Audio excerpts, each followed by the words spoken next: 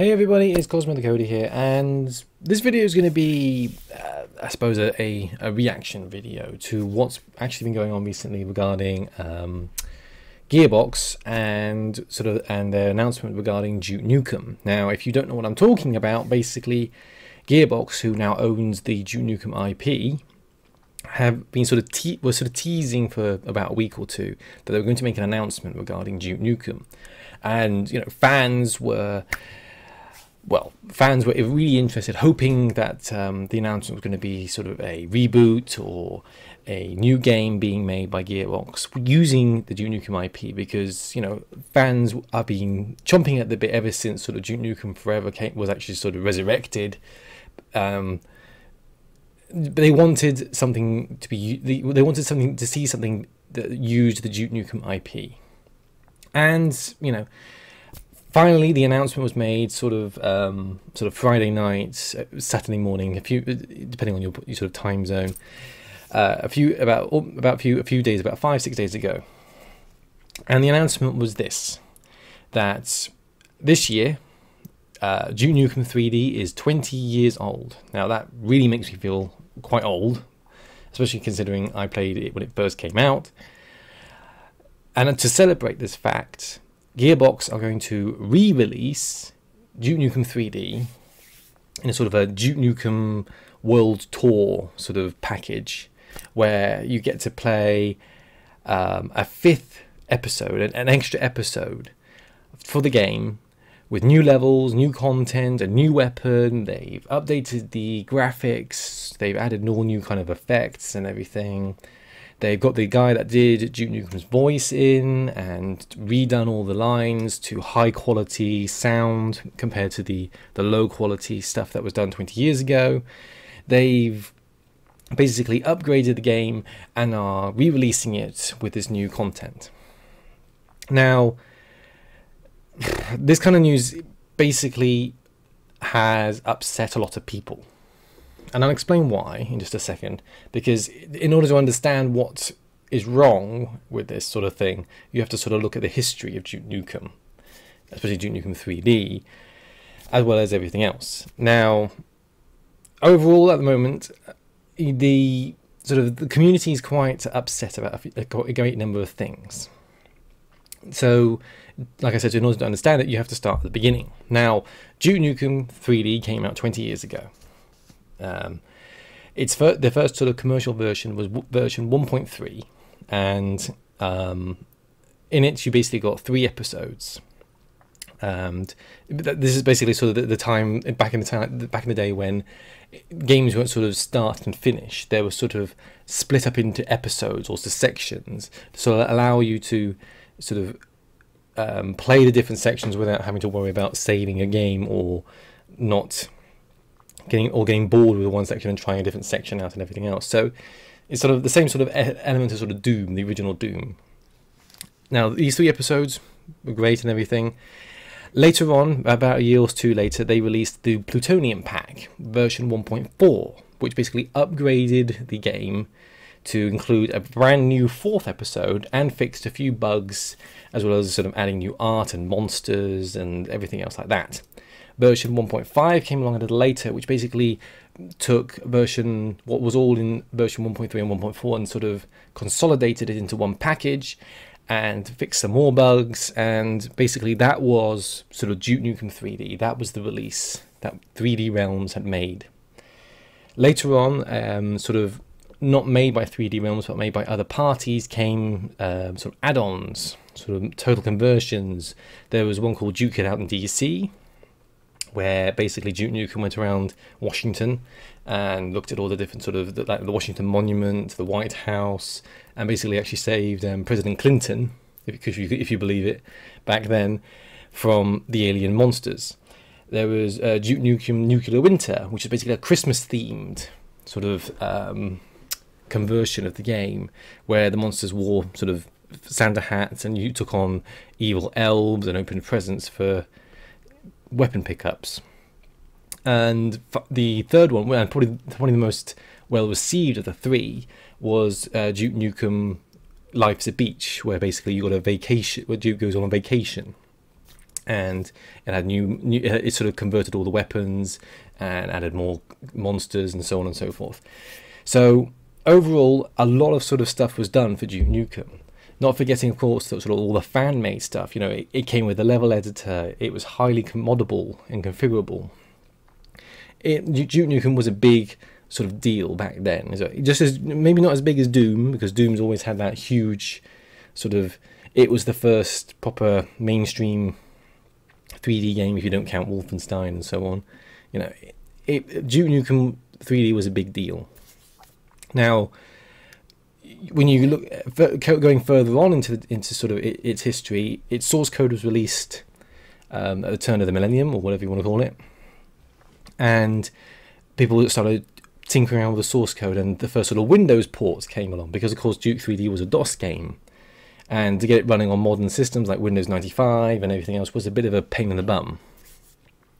And the source code was released by 3D Realms. They kindly released it, and within a few weeks, you know, Windows ports started coming along, and then new projects involving, you know, Duke Nukem came along. The main most popular one probably is eDuke 32, which added new features to the engine. You know, it added a 3D renderer. It added improvements in the scripting system. It added all kinds of new and wonderful things, and you only have to look at the Duke Nukem 3D community to see what awesome things have come about through it.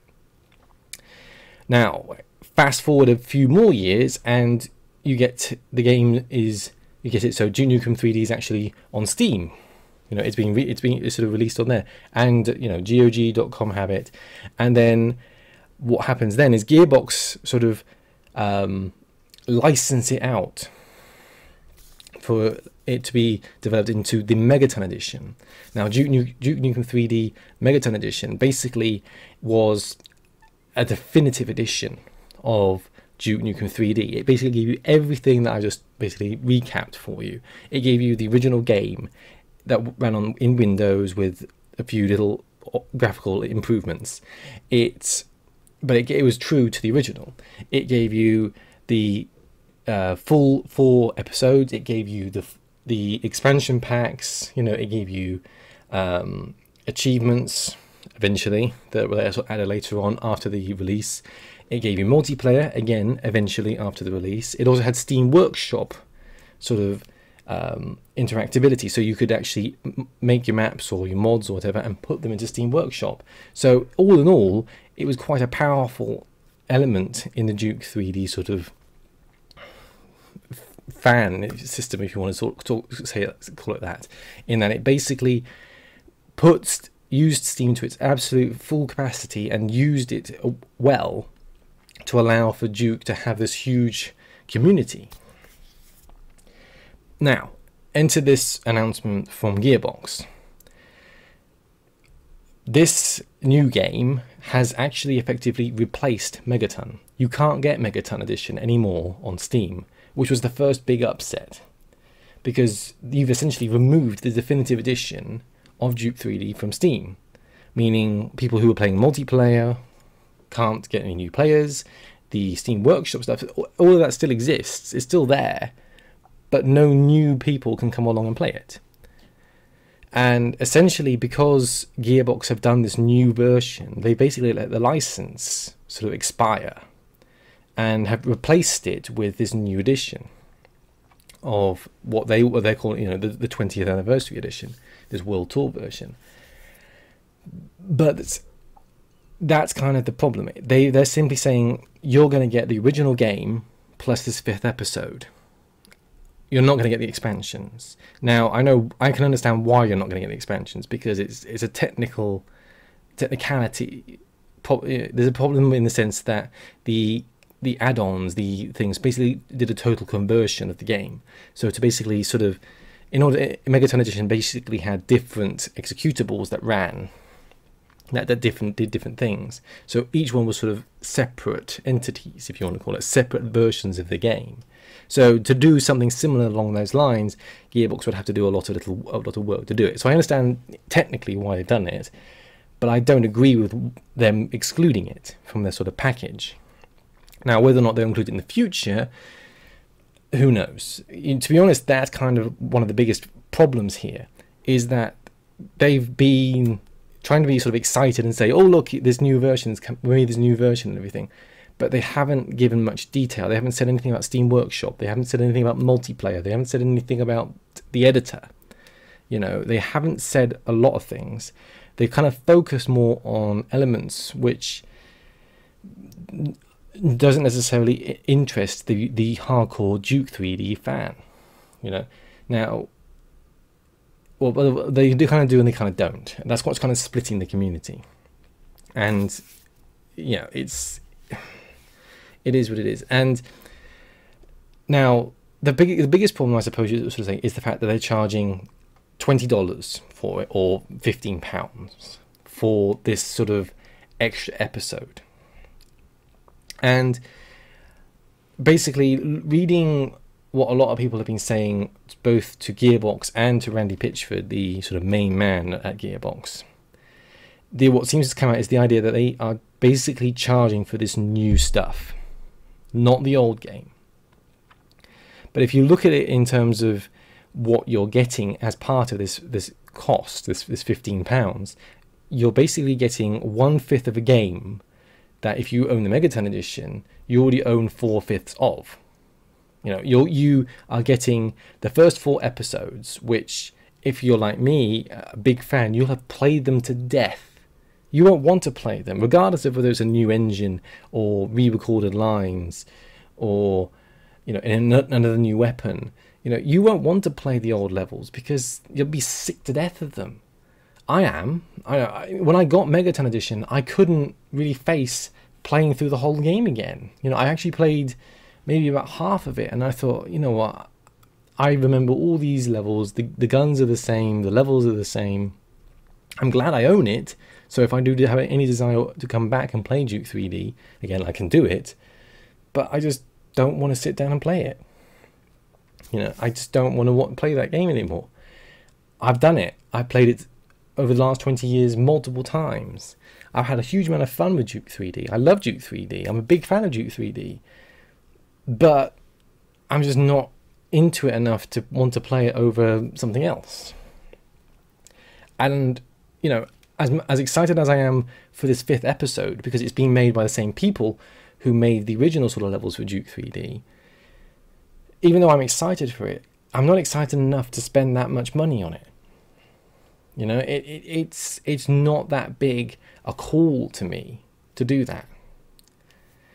And some people are saying, you know, yes, I'm totally on board. I'm really excited for it. I'm going to buy it. Yeah, great. I want to play it. And I can, you know, the Duke 3D fan is screaming, saying, you must get it, you must get it. But it just doesn't, you know, it doesn't sort of tell me that I want to buy it.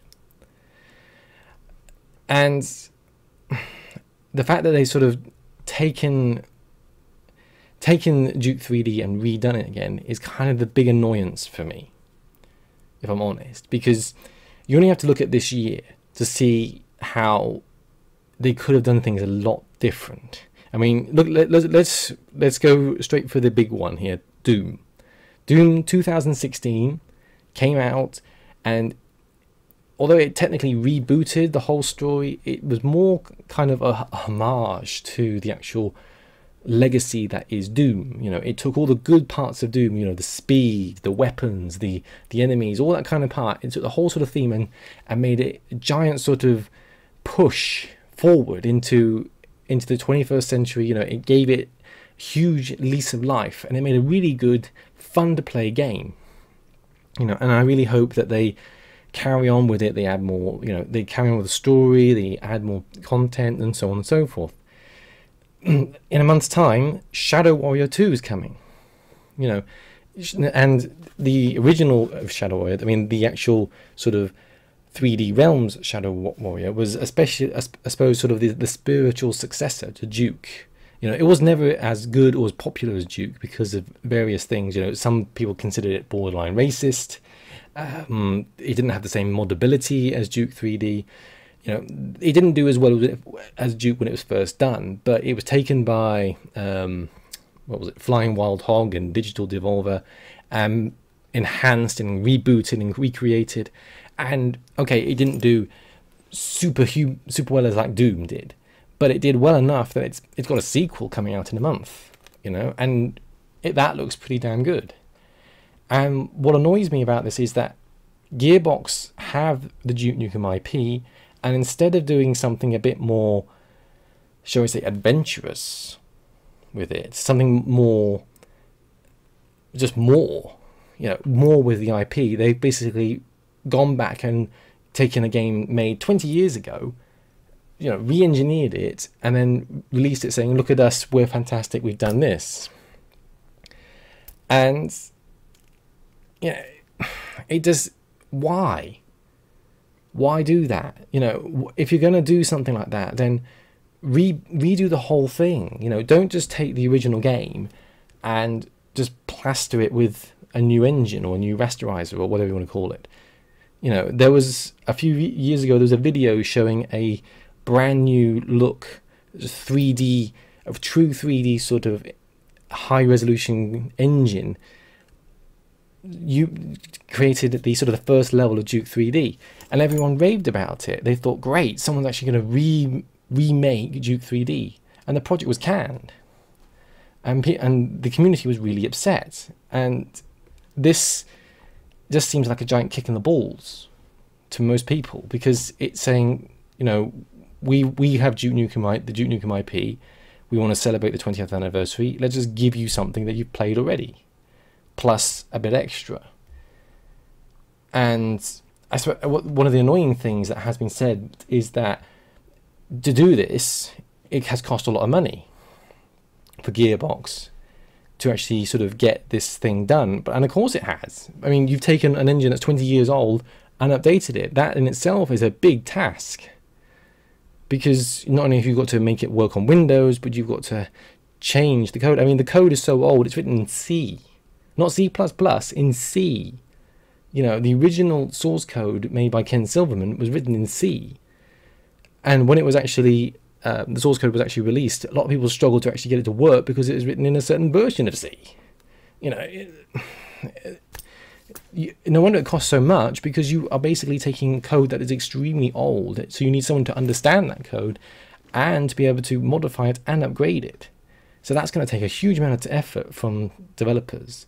Not to mention, of course, you know, hiring John St. John to do the voice, hiring the studio for him to record it in, you know, getting the guys who worked on it 20 years ago to actually build the maps in an editor that I can only assume is similar to the old editor of the old build editor, which again is very old and antiquated compared to things like the Unreal Engine and everything else. So it's no wonder it cost a lot of money to do. And I'm not against the fact that it costs a lot of money to do, but I'm against the fact that it's just, it seems lazy. You know, it seems lazy to do this in this way. Now, I'm kind of glad at the same time that it's not just on PC. It is coming to consoles, and hopefully that'll sort of build and make people play this on consoles. But PC users who've got multiple copies of Duke, like I do, I'm kind of looking at this saying, I want to play the extra episode, but I really don't want to spend that much money on it. You know, it might you might be able to argue that it costs that much money to get the plutonium pack, and then you got one extra episode and weapon and stuff like that. But this is kind of, you know, 20 years on, that kind of mentality has changed. You expect a lot more for that kind of money, especially, and you don't expect to have to pay for a game you already own again just to get that little bit of a chunk. You know, if you're just paying for that little bit of a chunk, that would make more sense, you know. But because you're paying for the full game and that chunk, it's upsetting a lot of people, and me inclusive. You know, I'm trying to be sort of halfway between. I'm trying to sort of say, yes, I like the idea of it, but at the same time I don't like the idea of it, and I'm kind of torn, you know. I don't know. Anyway, I think you've got the idea of what I'm trying to sort of say. It's kind of a shame, you know. In Duke Nukem Forever, You know, I'm really pleased that Gearbox saved Duke Nukem Forever, and we finally got it. I mean, yeah, okay, Duke Nukem Forever wasn't as good as it could have been, and I think the main problem with Duke Nukem Forever was obviously it came out 6-7 years later than it should have done. You know, had it came out when it was supposed to have came out, it might have done a lot better. And Duke Nukem Forever is essentially a sort of a reboot or a sort of reimagining of Duke Nukem 3D, depending on how you look at it. You know, it's got similar weapons, the enemies are similar. You know, it's kind of like a sort of remake of Duke Nukem 3D, but not necessarily the right kind of remake. I don't know. It's difficult to sort of say what Duke Nukem Forever is. It's kind of lots of different things, but just not greatly executed. And that's kind of what I feel about this 20th anniversary edition, is that I like the idea of it, but I just don't like the execution of it. You know, it something like this should not cause that much controversy, you know. So anyway, let me know what you guys think. I mean, whether you agree or disagree or whatever thing. I mean, the main thing is, you know, it's coming out next month, and there's obviously going to be future developments. I would hope, you know, whether they're going to add multiplayer or they're going to add the expansions or conversions or whatever you want to call them, who knows. But in all honesty, they need to sort of, there's an element here that is going to upset the Duke Nukem 3D community, and depending on your point of view, Gearbox already had done that to a certain degree, especially with Duke 32. But that's a legal thing that I'm not even going to get into, because I'm probably going to get it all totally wrong, and then people are all going to go, you know, whatever. Anyway, I've been CoSmO the Coder. Thank you for sort of hearing my sort of thoughts and rantings about Duke 3D 20th edition or World Tour edition or whatever the hell it's going to be called. I can't remember anymore. I give up. Yeah, I'm CoSmO the Coder. Thank you for watching. See you later.